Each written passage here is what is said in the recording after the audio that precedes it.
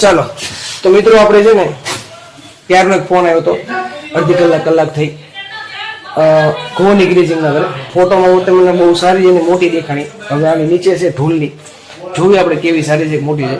પણ આ એક એવું જીવ છે રફ એન્ડ ટફ, શાંત, જે તમારો પરમ મિત્ર હોય એવો કોઈ રફ એન્ડ ટફ ને તમારા બધા જ કાર્યમાં તમારો સાથ દેતો હોય. આ રીલ ખાસ એના માટે છે. અને આ ઘો એક એવી વસ્તુ છે કે ખૂબ જ ભગવાને એને રફ એન્ડ ટફ બનાવ્યું છે. ઓકે, સાઈઝ છે સારી, સાઈઝ નો અંદાજો લાગે પૂછડી ઉપરથી મિત્રો. ઓકે, આ છે આની નીચે.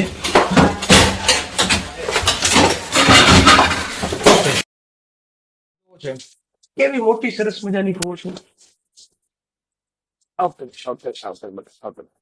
ચાલો તો આ ડાઈ સરસ મજાની એકદમ વ્યવસ્થિત ગો, બહુ ડાઈ છે. અને જો મારું દરેક ઘણા બધા યુઝર્સ અને ઘણા બધા રેસ્ક્યુઅર છે એમને પણ કેવું છે, જો કોઈ બી વસ્તુ હોય, ચાહે કીડી હોય ને, કીડી એ માણસને કઈડે, તો આ તો ઘો છે, કઈડશે તમને. તમને પકડતા ન આવડતું હોય સારી રીતે વ્યવસ્થિત રીતે, જેનાથી એને હાર્મફુલ ન થાય તો ન પકડશો. તમે મારા વ્યક્તિને ના પાડી દો ચોખ્ખી, પણ ખરાબ રીતના પૂછડેથી પકડો છો ને, ઊંચી કરો છો ને, ગોળ ગોળ ફેરવો છો ને, એને આમ ગળેથી આમ દબાવીને પકડો, આવું બધું ન કરશો યાર. ફ્રીલી ફરવા દો. અમારા હાથમાં ફ્રીલી ફરે છે, તમે જુઓ. બરોબર છે. જો નખ છે મોટા, વાગશે તો ખરા. એમ તેમ તો કઈ આ કઈ આપણા ઘરે તો રહેતી નથી. આપણું છોકરું તો છે નહીં કે તમે એને રોજ નખ ટ્રીમ કરતા હોય, કાપતા હોય, એટલે તમને વાગવાના છે, સ્વાભાવિક વસ્તુ છે. પણ એને વ્યવસ્થિત હેન્ડલ કરો, શાંતિથી હેન્ડલ કરો, શાંતિથી પકડો, જેથી કરીને એને પણ કઈ ન થાય ને તમને પણ કઈ ન થાય, અને કોઈ બીજા કોઈને કઈ ન થાય. ઓકે, તો આવું બધું થશે મિત્રો, પણ એમાં એને ખરાબ રીતે પકડવાની જરૂર નથી.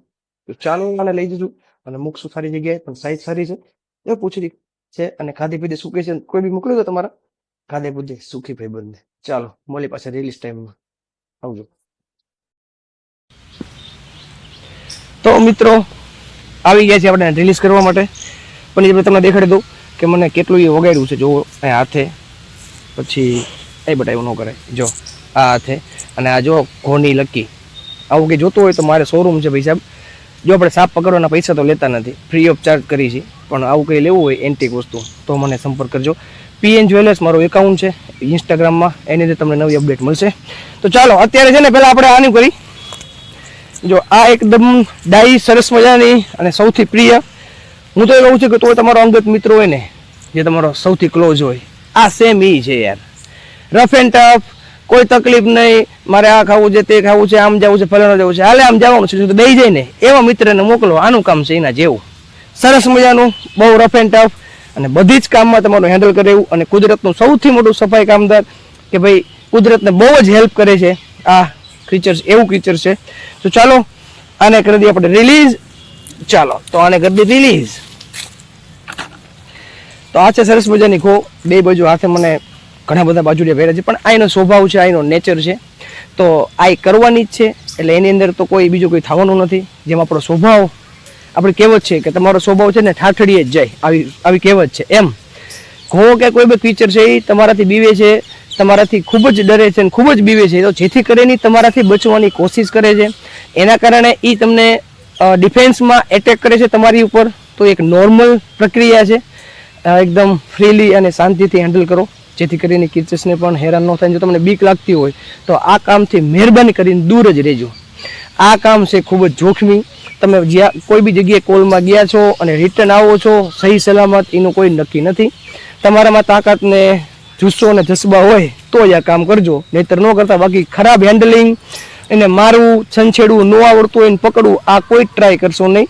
નજીકનો વન વિભાગનો સંપર્ક કરો અથવા રેસ્ક્યુ ટીમનો સંપર્ક કરો અને એમની પાસે બોલાવો. 10 ને 1માં ફરીથી મળીશું આવા નવા સરસ મજાના ધમાકેદાર વિડીયો સાથે. ત્યાં સુધી તમે જોતા રહો 10 ને 1 અને મોકલી દો તમારા સુંદર સરસ મજાનો અને વ્યવસ્થિત ફ્રેન્ડને. આવજો.